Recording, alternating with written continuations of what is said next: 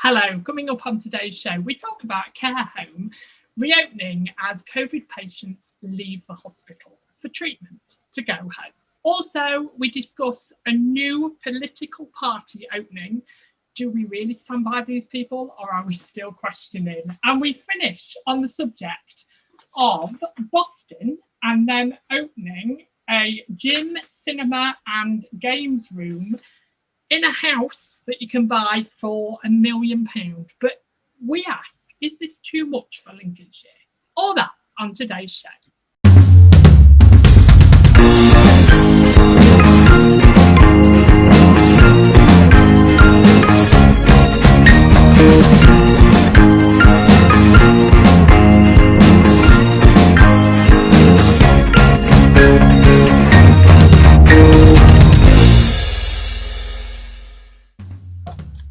Hello, joining me on the show and keeping us company is Rachel Penny, Jason Lambert, and Mike Curtis. And keeping them all in line is Nicholas Jones as we discuss a care home opening in Grantham for patients to go home to from suffering from COVID-19. A safe place for them to go. But we ask, are we scared when it comes to the end of our life? Also, we discuss a political party aiming to stand out for gay rights, gay marriage, black lives. But do we really trust our politicians in the year of 21? And also we finish on a £250,000 house in Boston, of all places you can buy. But do we find this too much for Lincolnshire? All that and a lot more on this week's Loose Linc. Good evening, panel. Hello. Hi, everybody. A special welcome back to Mike Curtis. It's been a while since we've seen you, Mike, but it's good to have you back on the screen. Thank you. We've got quite a lot coming up on today's show, so it's going to be quite a ploddy show, but hopefully it'll go smoothly. We've got two surprises for two panellists this evening. You will see and find out what's happening. We've got two birthdays, of all birthdays to surprise. So I'm setting my panel to a theatrical performance. Let's see how we do. But let's start on last week's polls because, as you know, it's your show as well as ours, so it's really important that you have your say. So the first poll was,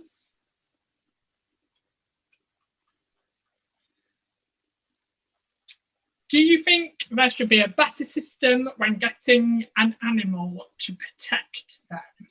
And your answers were 81% of you said yes, and 91% of you said, it just said the other yes. So let's see what the other yes is. So the other yes is yes, because I believe animal abuse should stop now and the system is not working at the moment.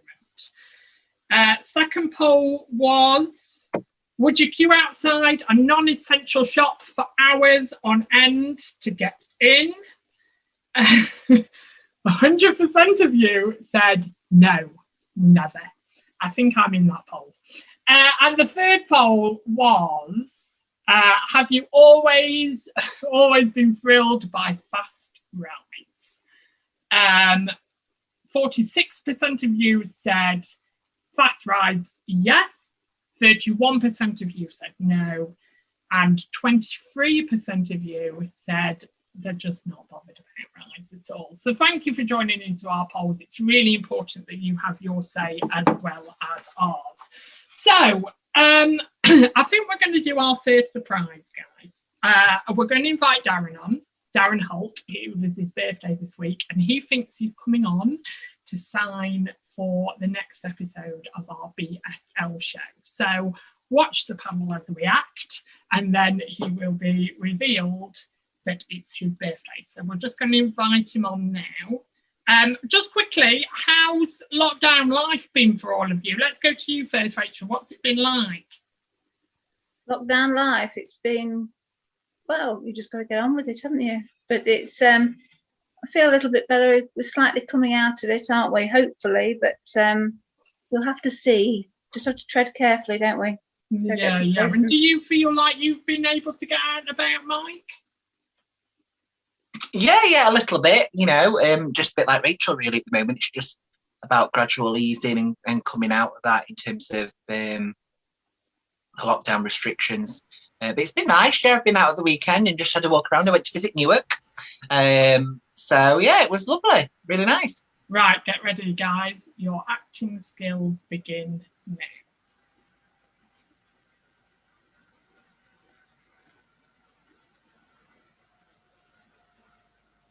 Oh, it's just connecting audio. Are you with us, Darren? Are you with us? Can you hear us? Oh, he's just connecting. Hold on. The joys. Can you hear us now? Darren is here to. We are promoting our BSL show, so he will be on here just to sign it. Our BSL show happens on a second Tuesday of every month, and Darren comes on to sign. So please come and join us for that very special show that happens every second Tuesday of the month. It's really important that you join us, and Darren is our main signer. Whoa, Nick. Do you want to just talk to Darren about what he's really here for today? Darren, do you want to just stop signing a second? Because I think I've told a bit of a lie to you. Oh, you're an arse. I've told a bit of a lie to you. And I knew you wouldn't come on if I didn't tell you it was a bit of a lie. Darren celebrated his birthday. Darren had a birthday. So this is just to bring you on to say a massive happy birthday. All from Loose Linc. There is something on the way to celebrate your birthday from us all. Did you have a lovely day? I did. Can you hear me? Yes. Yeah, I did. Thank you. I had a really nice weekend with my partner and family and whatnot, obviously social distancing and all that, but yeah, it was really lovely. Thank you. Did you have cake? Of course. Cake, jelly, ice cream, all that. You know what's really funny, guys? I've got to tell you this. I've got to tell you that Darren's been questioning me all day about why am I coming on halfway through the show? Why do I need to sign halfway through this show?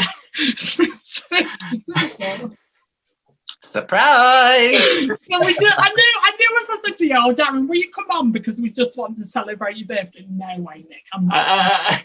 No, I'm too bossy. I want to know what's going on. But happy birthday. You can go now. It was just a happy birthday. Have a lovely evening. Take care, Darren. Thank you. Bye-bye. Oh, we love a surprise. We love a surprise. So, let's go on to one of our topics. Let's get back to the Loose Linc show. I didn't think you were going to speak then, Mike. I was like, no, I know. I've let the team down already, haven't I? I was sat thinking to myself, has he said that word? Has he said the key word? I can't see anybody's faces. I'm thinking, well, I just have to keep going and I'll have to jump in, Nick. It's all about improvisation, isn't it? About preparing people, Nick, about preparing people. Exactly for you at the deep end. So we start this evening. Get ready to wave to the town, ladies and gents. Good evening, Grantham. As we speak about you this evening, a care home in Grantham will close its designated COVID-19 unit as infection rates continue to drop. Apple Tree Care Home, run by the Orders of St John's Care Trust, set up the unit last year as part of a team of people to deal with COVID-19. The 16-bed unit had cared for more than 80 people since it opened in October for people with coronavirus leaving the hospital. So, panel, putting this story to the side, have you ever had to make a decision of putting someone into care or people that you know have gone through this awful decision, friends or family or anything like that? Have you personally experienced that? Rachel? Not personally putting anybody into the care system, only, it was the easiest decision I've ever made, but the hardest job I've ever done, and that was look after my mum. 2.5 years. here in her house. That's where I am now. But I'd do it again because she was my mother.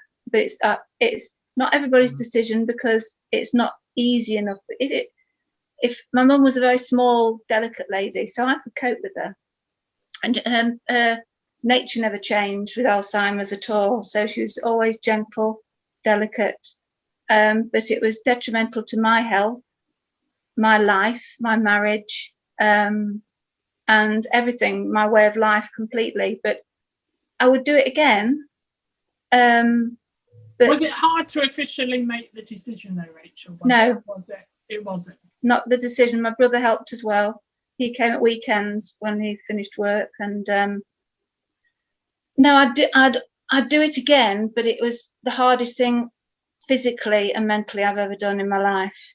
And she passed away in January after 2.5 years. So you know, it is difficult, but it's not. I'm saying that it was an easy decision for me to make. I know it's not easy for everybody to make. It's definitely not. And there are all different types of dementia and care, not just dementia. But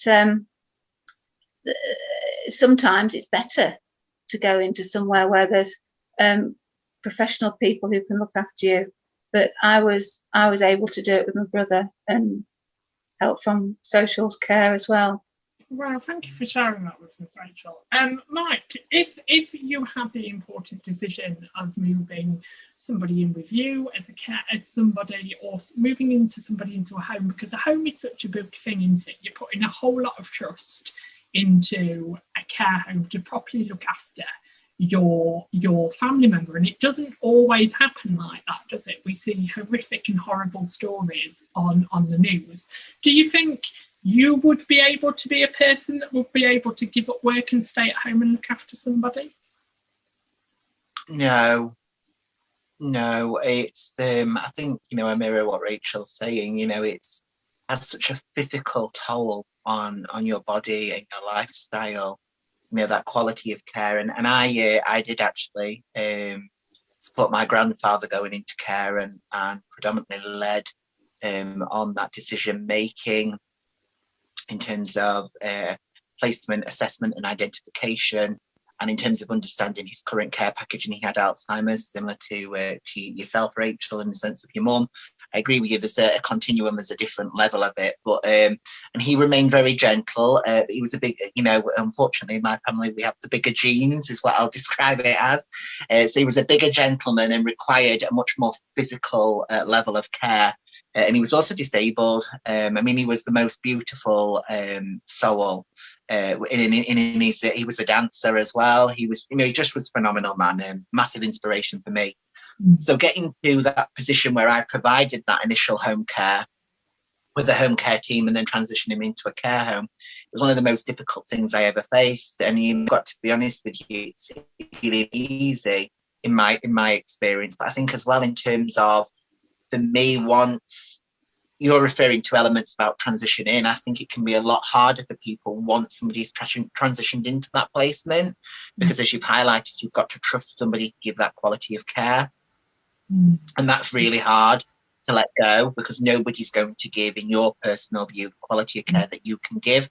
But as Rachel's quite clearly highlighted, there's a reason people do that as a job. And, you know, actually the 12 or the 8-hour shifts, or however the shift pattern looks like in care, there's an idea behind that you go home and you recoup and come back. And I don't think you really get that, do you, Rachel, when you're providing that 24-hour care? Well, there's never that complete break. You don't, and you get onto another topic about, you know, the people that do this care. They're looking after the most vulnerable of our society, and they get a pittance. They get a total pittance for looking after people that the most delicate and fragile people of our society. And why? I know it's getting onto a different topic, but it's about their care. And this is why you get some people who it's a vocation for them and they're excellent at the job, and there's some that shouldn't never be in the job at all. Well, that does make me question, because the thing is, isn't it, that my granddad went into care. I moved in with him when I was 18, and I looked after him for a long time. And I remember us going on a family holiday back then, and I was petrified of leaving him. I was like, there's no way he can cope on his own. And I remember my blood father begging him to go into this nursing home just for a week. Just for a week. That's all you need to do, Grandad, just a week. And then when I return home, it'll be fine again. And that it sounds awful, but that release off my shoulders when he said yes. When he said yes, I will go into that care home, knowing that people were there. But talking about money, let's go over to you, Jason. Talking about money, within the care profession now, people, as Rachel just touched upon, people aren't paid enough for what they do. But the care home and the care profession fleeces everything that person has ever owned, really, for that care to work. What do you think about that? Yeah,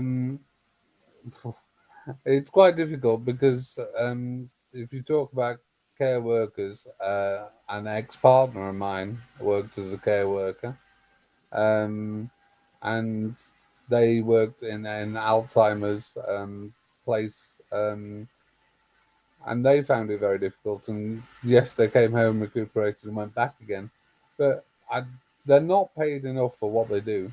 This isn't the same person we know, is it? Yes. Oh, right, okay, yeah. Carry on, sorry. Yeah. Carry on. But my ex and his ex. Yeah. Let's move on. but they're not paid enough for what they do. It's a very difficult decision.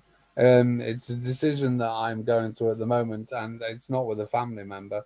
It's somebody I've known for 11 years, and as much as I'd like to care for him, and he wants to stay in his own home, his medical care is becoming too much for me. His mobility is very poor. He's got an ulcer on his left leg at this moment in time. It's not something that I can dress for him. It's just very difficult. And it's making that choice.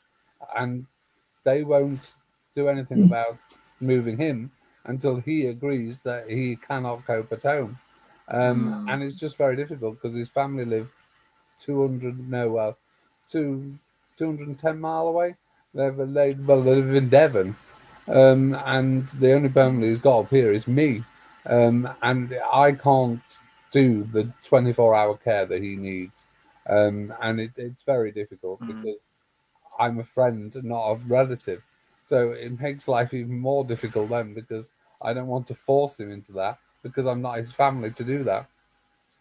And I think as well, you just hit the nail on the head, Jason. I think you're building a little bit more on what Rachel said, which is around different levels of care. So I know we're specialising in, or we're referring to Alzheimer's, dementia, etc., that continuum. You're talking about medical care, aren't you? And that nursing care, that EMI elements, that needing that professional input. And there's a reason, isn't there, that we have doctors and nurses go to study to qualify, because it needs that level of expertise. And I actually think that's a really interesting point you've raised, and actually quite a considerate point, that we have a lot of elderly and vulnerable adults, because let's not forget there's a lot of vulnerable adults that with learning difficulties, for example, that are in care homes or supported living, that need medical attention, and actually a nurse or a doctor is the best person to give that medical attention. That's what they're qualified and skilled in. You can't be changing dressings. You can't be cooperating on like an OT level and doing physical mobility with them, because you could cause more harm.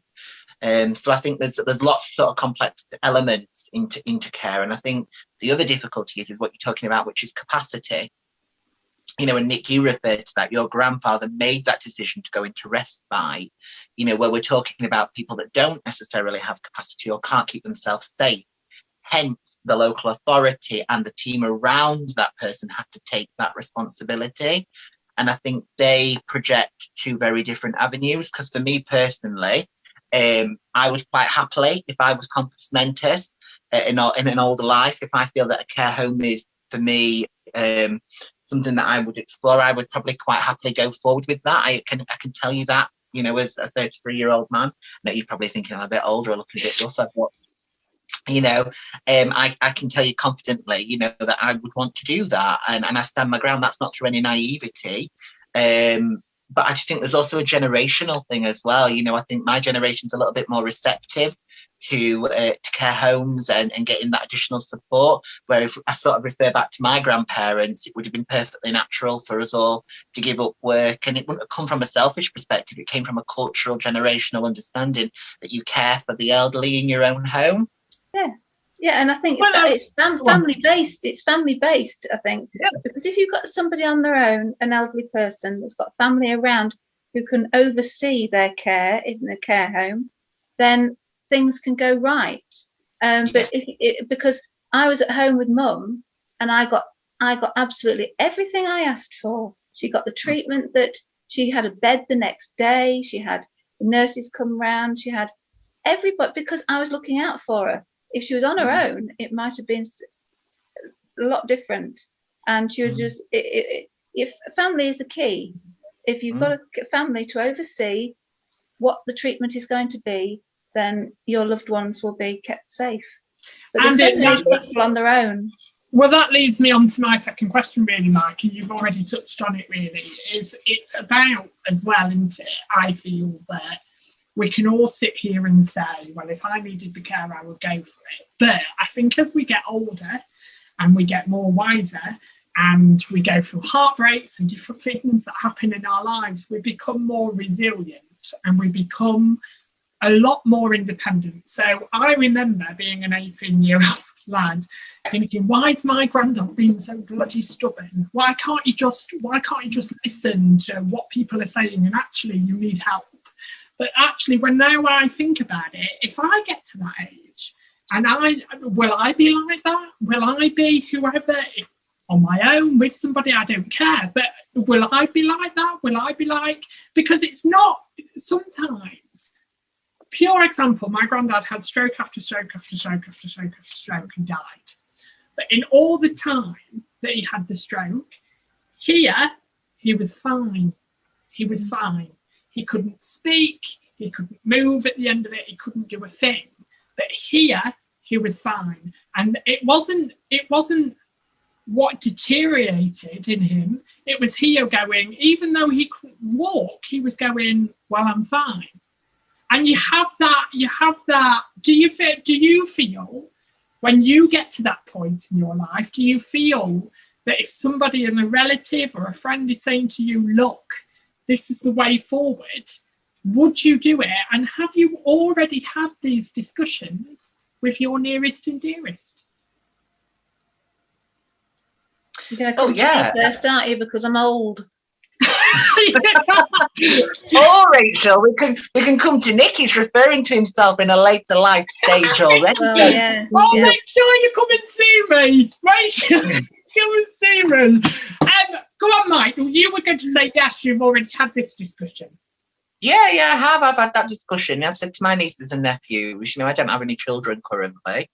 But if I did, I'd say the same to them, that, if I get to a position where I can't keep myself safe, or I haven't got the compass mentis to make the decision, then please do that for me and make sure it's safe. It comes back to what Rachel's saying, isn't it? We know good quality care relates to person-centred planning. And the best people to lead that are your family. In most cases, I would suggest, not all cases. But in most cases, we would hope that, because they know you, they understand you, etc., etc. So yeah, absolutely. And I've already had them conversations. I'm really confident. I'm not ignorant to the fact that as I get older, I might become slightly more stubborn than I already am. Are you sure, Mike? Yeah. But I'm growing and I'm developing, Nick. This is the new me. So, it's about being receptive to that, isn't it? But I'm under no illusion it's not easy. And I think absolutely, if I was in a position where, so I look at Grandad, bless him, and, if perhaps the only battle he had was his physical disability, which obviously it was his legs, he broke his back, though he was disabled waist down, and he had, cognitively he was there, and there was all the appropriate resources in his house to help him. He was in a disabled bungalow anyway, but to help him move around, then, absolutely that's a very different conversation, isn't it, to somebody that's not self-aware or is perhaps putting themselves at risk. Does that make sense? Yeah, definitely. 100%. Jason, have you ever had the conversation with your other half? Yeah, I have.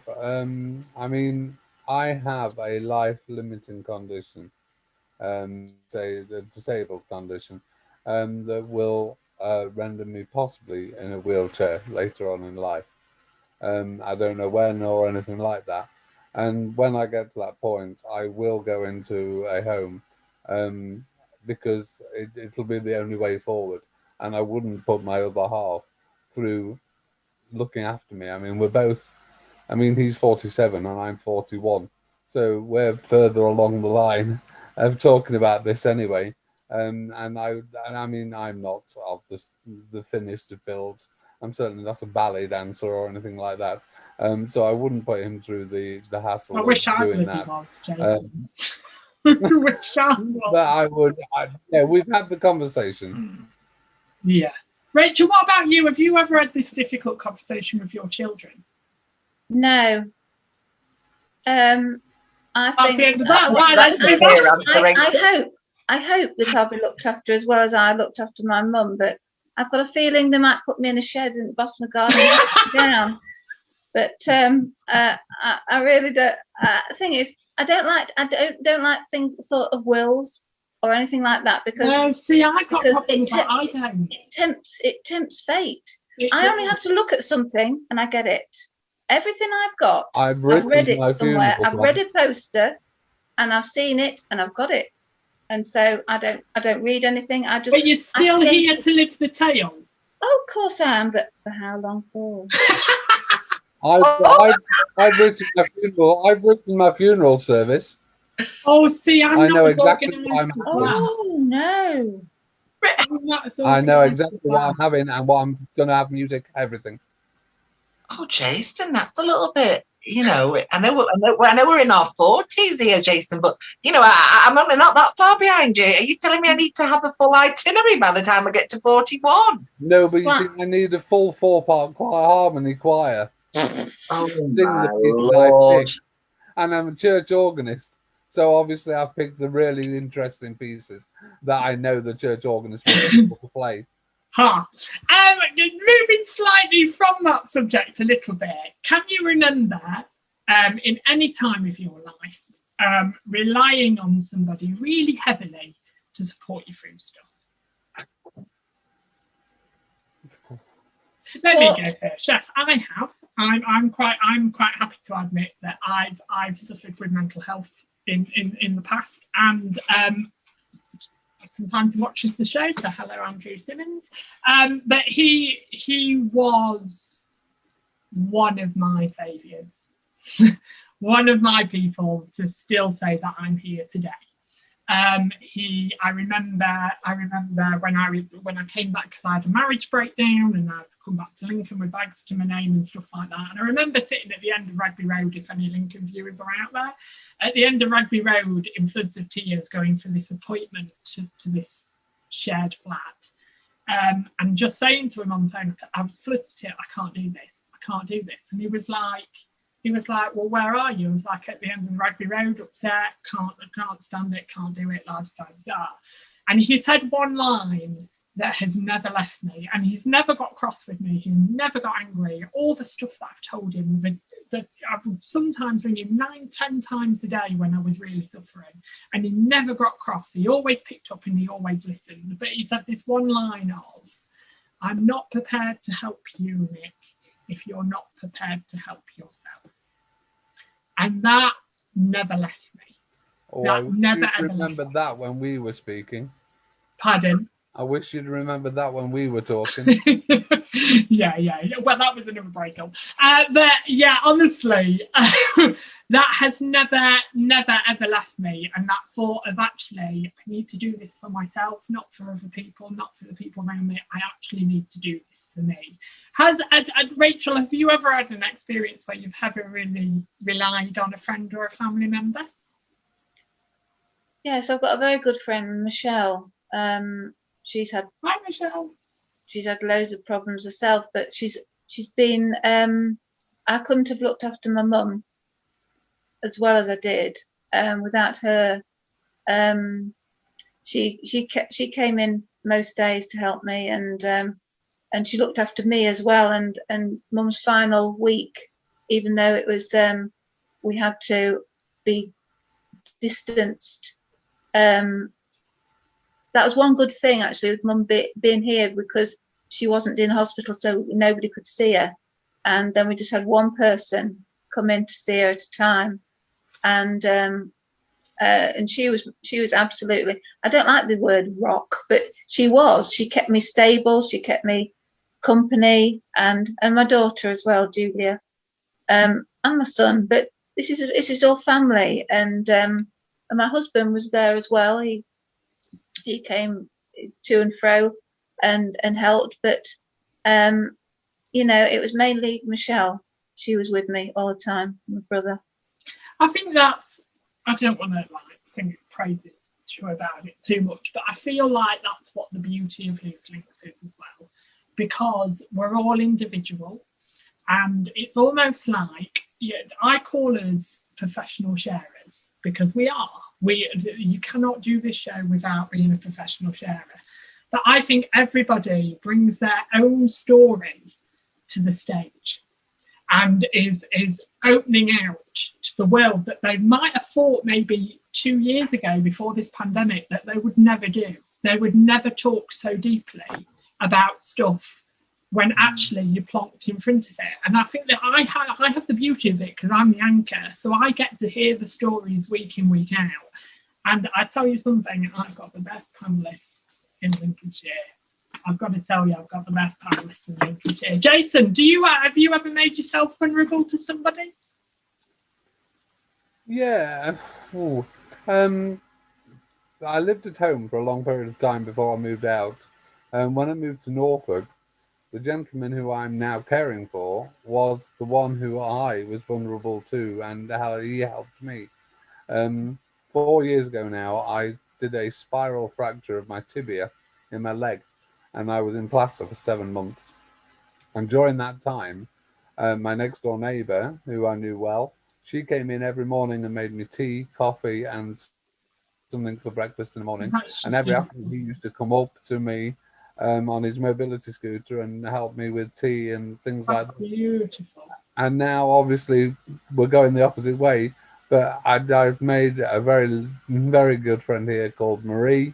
Hi, Marie. And she is the person that I speak to. She's almost like my second mum. I see her nearly every single day of the week. Or we speak on the phone every single day. And if she doesn't hear from me for a couple of days, she rings me to see if I'm okay. So yeah, that's probably the person who I go to if I need something. Michael, do you feel, I don't know why I call you Michael. I can always call you Michael on the show. Michael, do you ever feel like you've had that person that you could talk to? Yeah, countless. It's I think it's a completely different show and a completely different topic for me. This, it's I'm very, very fortunate. I've got some fantastic friends and family, and there's just far too many at the moment, which I know probably is not said in any level of arrogance, but obviously I've had a particular gap from coming on this show for some time, and with that's a personal journey, which is obviously not for discussion tonight, but I've really, really sort of captured in that time a sort of an ability to reflect and just see how many people have been around me, because certainly I didn't previously feel that. So yeah, and absolutely fantastic. So many. I'm not going to sit and name. I'm really, really fortunate, but I am really grateful for that. Really grateful. Thank you for sharing that. Thank you. We're going to surprise our second panelist now. Sandra Overton thinks that she's coming on to do. She believes that every panelist is coming on the show this evening to discuss a topic, a 2-minute topic, and they go off, and Sandra thinks she's the next panellist. The topic that she's going to be shocked about is the year of her birthday. So let's see if she guesses or not. I'm hoping that she doesn't figure out what we're actually doing. So we're going to go around the panel and discuss a little bit about the year of 1943. I'm going to make up the story that's in the news. So, Michael, are you ready this time? It's my turn, isn't it? Get ready, Rachel, get ready. So let's just have a couple of minutes. Well, not a couple of minutes, just a brief chat before you jump in, Rachel. But and then jump. I'll sort of scratch my nose or something, and that's for you to jump in. Let me just see that I've sent the tick to. Yes, yes, I have. She's here. So, are we ready? Acting skills on.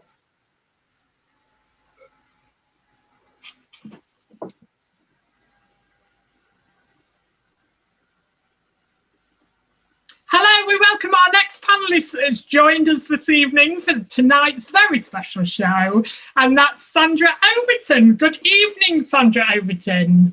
Evening. Thank you for joining us. We've had many panellists on before you, so you're right in the middle of us. So, you won't believe this, but in the Lincolnite this week, hello Lincolnite, we will mention you, they've done a topic on 1943. So we're going back a couple of years to talk about childhood and how different it is in the year of 2021 from 1943. So, Jason, do you think we've come on dramatically in times and in movements and the way we move forward as children and as children have grown? Do you think we're different from back then?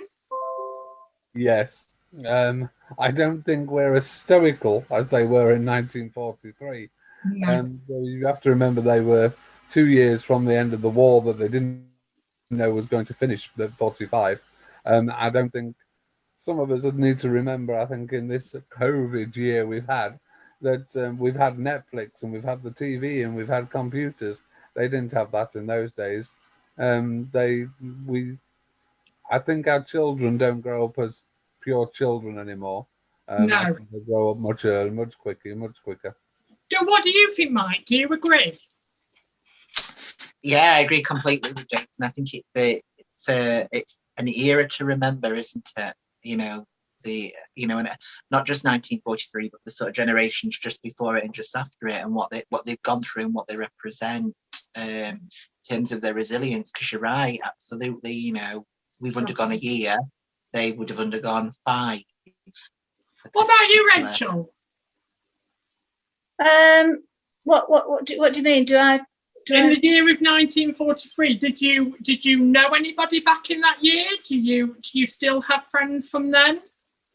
Well, I'm a little bit younger, but the only person I know that is born in 1943 is Sandra Overton. Sandra Overton, this is a bit of a lie. This is a bit of a lie. There's been no panellists on this evening. There's been no discussion. But we brought you on to wish you a very happy birthday! Oh, right. Yes, I was born in 1943. I never thought you were sat there going, what the bloody hell are we talking about 1943 for? I thought princess. You didn't even guess it. You didn't even go, hold on, this is the year I was born. No, I didn't. No. Well, thank you very much. Yeah. So we're just bringing you on, and there is a little something coming from the Loose Linc team to wish you a very happy birthday. But we're just bringing you on to say happy birthday. Did you have a lovely day? I did. Yes, I did. I had a very nice day on Wednesday with my great-grandchildren. We went to the Lincolnshire Wildlife Park, where the parrots are. Yeah. I've not been. I don't know if any of you have been, but it was absolutely amazing place. They've really got it good, and they've got this huge aviary where they've got parrots, and they come and they rest on you and you can feed them, and they're amazing. Oh, well, happy birthday. How does it feel to be 35? No, I wouldn't want to be 35. I'm very glad that I am 78 because I don't know what the world is going to be like. Well, thank you for joining us. A very, very happy birthday to you, and lots of love. Take care, Sandra. Thanks very much. Thank you. Bye. Another topic there, Nick. What will the future be like? Well, we're throwing them at you tonight. I've got to say, Rachel was a bit better than you. She jumped in the right time. I know I'm sat thinking, shut up, Michael, shut up. It's just the time. That was so good. Well done. We actually got 2 panelists on. That was absolutely fantastic. Let's move on to our second topic. I was expecting you to Now, they throw tell that- you never to talk about children, religion, or politics. We are facing one of those topics, so get ready for this. A new party in this year's election has said political correctness has become suffocating and aims to stop cancel culture. Rebecca Robb, 26, is standing for the Heritage Party in Louth South Ward in Lincolnshire County Council's elections in May. She spoke to the reporter alongside party leaders and London's mayor candidate David Curtin at the campaign event in Louth on Wednesday, the 21st of April. So, panel, putting this aside a little bit and not going down the complete I stand for this party, do you agree that we have lost freedom of speech? I don't think we've lost, Go on, Jason. I don't think we've lost freedom of speech, because if we had, we wouldn't be doing what we're doing now. But do you think in normal society, when you don't have a platform like this, that we have lost the freedom of speech? Do you feel that, Mike, at all? I'm going to sit on the fence on this one and say, no, I feel I'm struggling to answer. Which doesn't happen a lot, does it? Can we come back to that? Can I come back to it? Let me use an example. So I think I'm going to bring up, which I know a few panelists will disagree with me. I am going to bring up the Meghan and Harry story because I think this is all about the freedom of speech. So with the Piers Morgan thing, I can't bloody stand it. I've swore so much tonight. I'm really sorry. I've asked everybody at the beginning of the show not to swear, and I've swore nearly all the way through the show.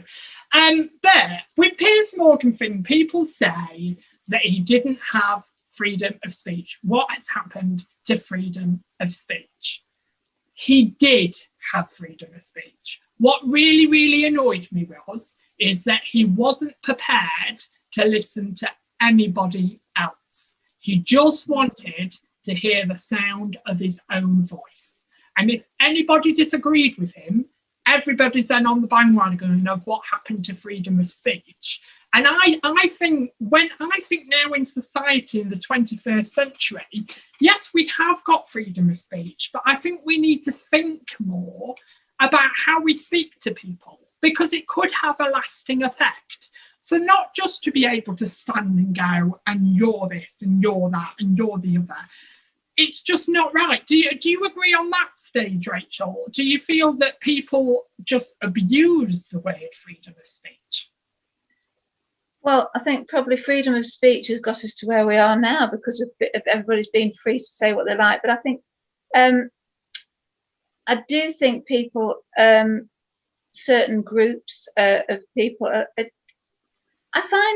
I take everybody exactly the same: colour, race, religion, any living thing is worth being kind to, and to let it be, and just let it live a life, human or animal, just the same as anybody else. But that sounded a bit stupid, really. That didn't sound very eloquent at all. But I treat everybody exactly the same.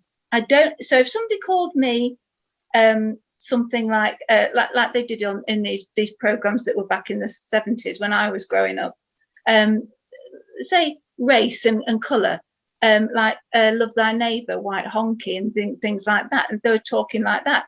But we'd laugh about it. As children, we didn't learn to be racists about that. We learned to laugh at ourselves, and it was done both sides of the argument. And everybody was treated. It was respectful. It was kind. It was fun. But now everybody seems to be hurting everybody and thinking, well, you know, it can hurt somebody to say this, hurt somebody to say that, and there's so many people being damaged. Why people just have to be like what they were saying last year? Be kind. You know, that's the new word. Three of us on the panel could we might have three different opinions on this on the panel, but three of us in the panel are part of one of this community. Do you believe in the story about gay marriage, Black Lives Matters, and education? Have we found a party that we can finally trust, or is it all the same? Because what she is basically saying is the council culture has been Black Lives Matters, has been LGBT, has been gay marriage, has been different agendas, all of that. And this is a political party that wants to stand for them. Do you feel, panel, people that are in that community, do you feel that we need somebody to stand for us? Mike, let's go to you. Yeah, yes, I do. I do think there's a balance.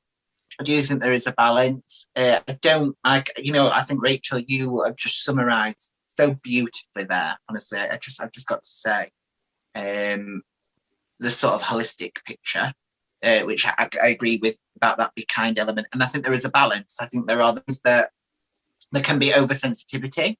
I can say that as a gay man. I can say that confidently. I know gay men I know fellow homosexuals.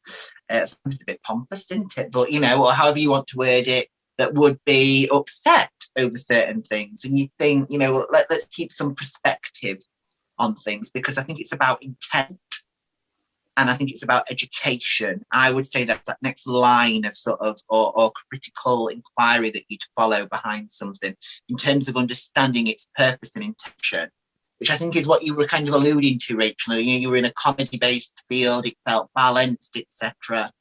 Not being realistic, was I? But still, what I'm trying to say is, you know, you need to have that balance, don't you? And I think there's the other side where it can be completely, brought into it. I try to think what the saying is now. Gaslighting, they call it, don't they? Where basically, you know, you can't say to somebody now, oh, you're being racist, because they'll say you're gaslighting them. You know, it's about understanding that intent and education for me. And I think it does worry me. It worries me when anybody feels the need to make a stance to say that, you know, well, we shouldn't support minority groups, you know, or it's a too great a focus. I don't think there's ever such thing as a too great a focus. I just think it's about what we understand about that focus and that education behind that. Does that make sense? Yeah, and the other thing that I think, and I'll come to you, Jason, is I think it's that main word, Mike, that you said there, education. And I think anything alien to anybody, so I'm not pointing to any community here, but anything alien to us is about not being educated in learning that style, that way of life, that choice, that because some people still think and still stand by that you choose to be gay. Well, to me, that's just about education. And I don't get cross about that. I get cross that we're not doing more to learn about that. Like, as a gay man myself, when I did, and I hope it's changed, and Jason, you'll be able to speak a little bit more about this, but I remember doing sex education and just learning about a man and a woman. And I feel that's why it took me so long to come out, because actually it wasn't talked about, it wasn't discussed, it wasn't, this is okay if you feel like this and that and the other. And I think it's about being educated. Do you agree, Jason?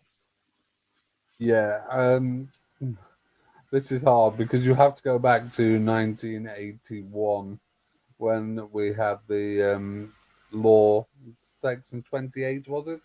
That was passed that meant you couldn't talk about homosexuality in school, and it couldn't be promoted, and it couldn't be openly spoken about. And then we got to 2007 when Tony Blair took over and he abolished section 28, and then it was allowed to be spoken about. But by that point, if you look at your age of teachers, they were all of that older age, and they found it very difficult to be able to speak about it. And that's roughly about when children then started actually coming out earlier. But I'm not just talking about the gay world here. So I'm not just talking about LGBT. Another No. example is that No, I I'm was just diagnosed. talking about that because you mentioned it. But Yeah, but I was diagnosed as autistic when I was. Education is the problem. Yeah. And I remember going round to every teacher going, "Oh, by the way, I'm autistic," and they would go, "What's autistic?" And I would just used to think, "You're a teacher.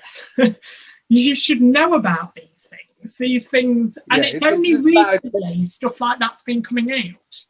Yeah, it is about education. And if you look at what's happened over the last year with the Black Lives Matter as well, it's about education. Do we get rid of the past entirely, or do we actually educate as to what happened in the past? Educate, surely. Do we take down all the statues and any link to what happened wrongly in the past? But do we get rid of all that past, or do we actually educate and build on that past and say, well, this was wrong, we know it was wrong, but this is what happened at that time.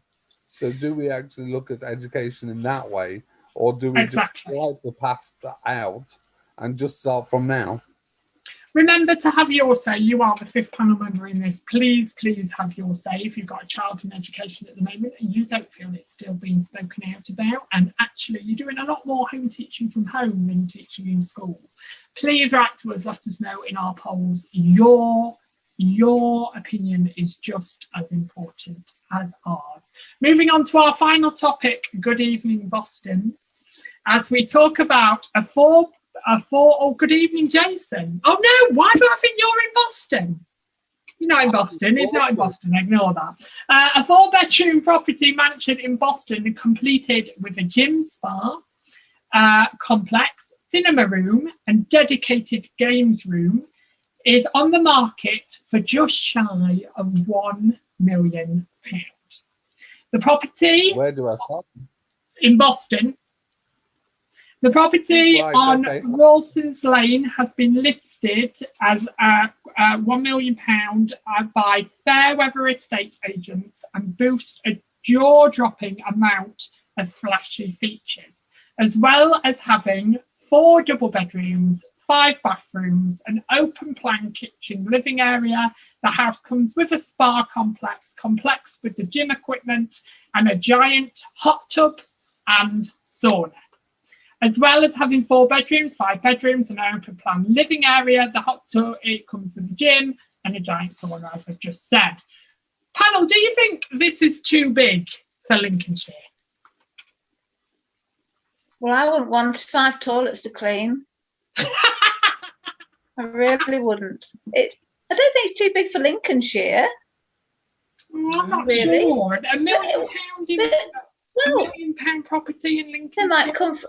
Yeah, but if you've got £1 million to spend to have somewhere like that, or the money to go somewhere like that, you don't mind travelling, do you? No, I just don't know. See, I would picture something like that in London or Manchester.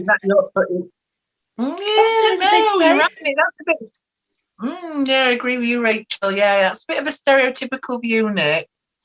I must say, in Norfolk, we have quite a few houses that are worth 995 or $1 million. But do you think houses like that? I love you, James. That was just. I do have to tell you that in Norfolk we do have a Sandringham. That's Sandringham. Well, I can tell you we don't, Jason. We don't. But do you think properties like that just sit empty? Can you see someone running to estate agents? Oh, I want a spa. I don't even want a swimming pool in my house. I don't want a spa in my house. It's too much bloody maintenance and cleaning. I don't want stuff like that. Do you think it's just going to sit and gather dust? I'd love a spa and a sauna in my own house. Jason, we would never see you on Loose Linc.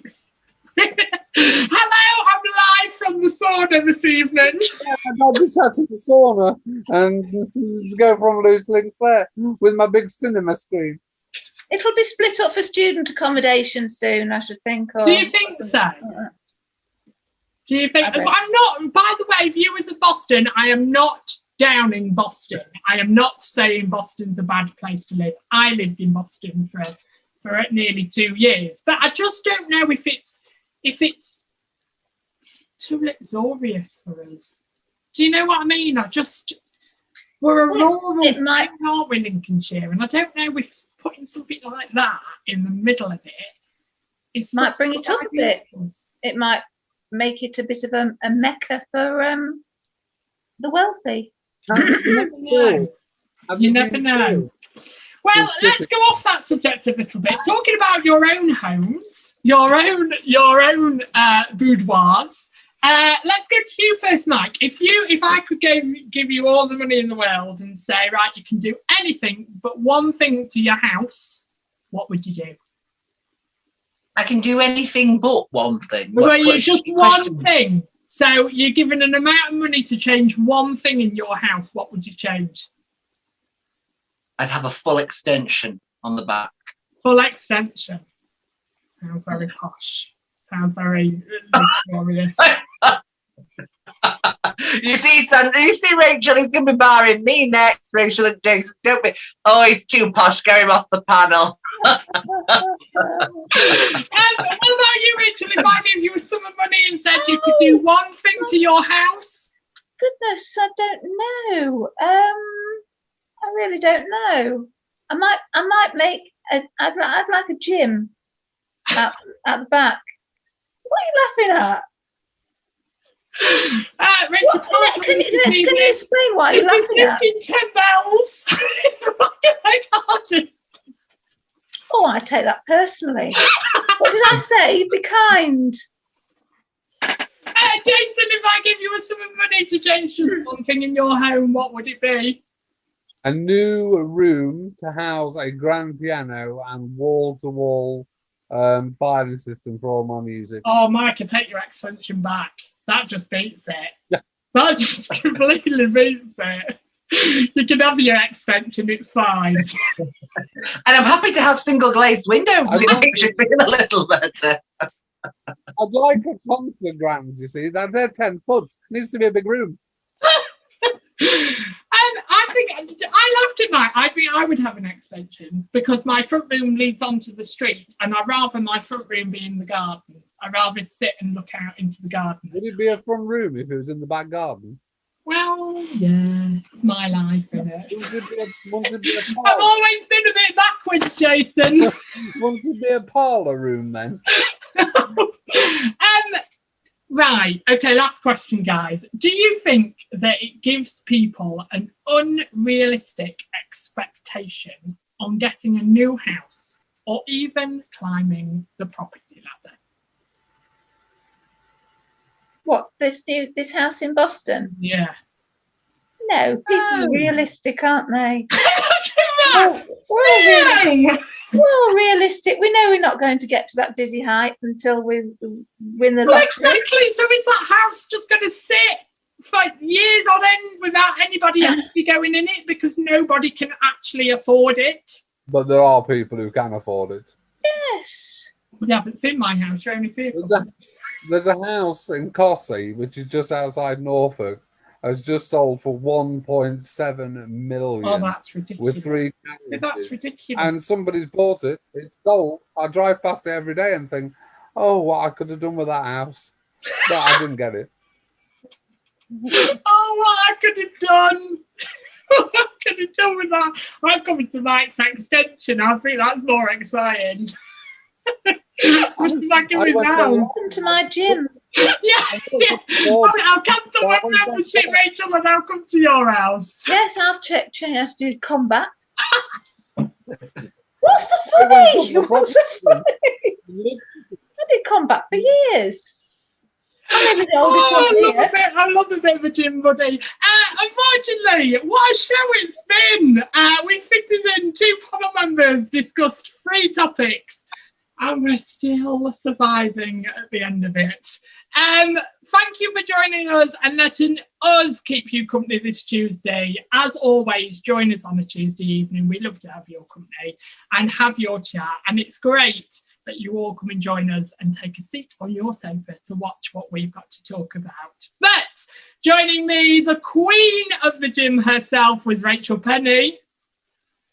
The guy with the grand piano was Jason Lambert. And with just a small box extension was Mike Curtis. See you, and joining them was me, Nicholas James, leader of the pack. But I will see you next week for more mayhem, more conversation, and maybe a conversation just around the corner from your home. Join us next week for a lot more laughter. See you later. Take care. Bye-bye.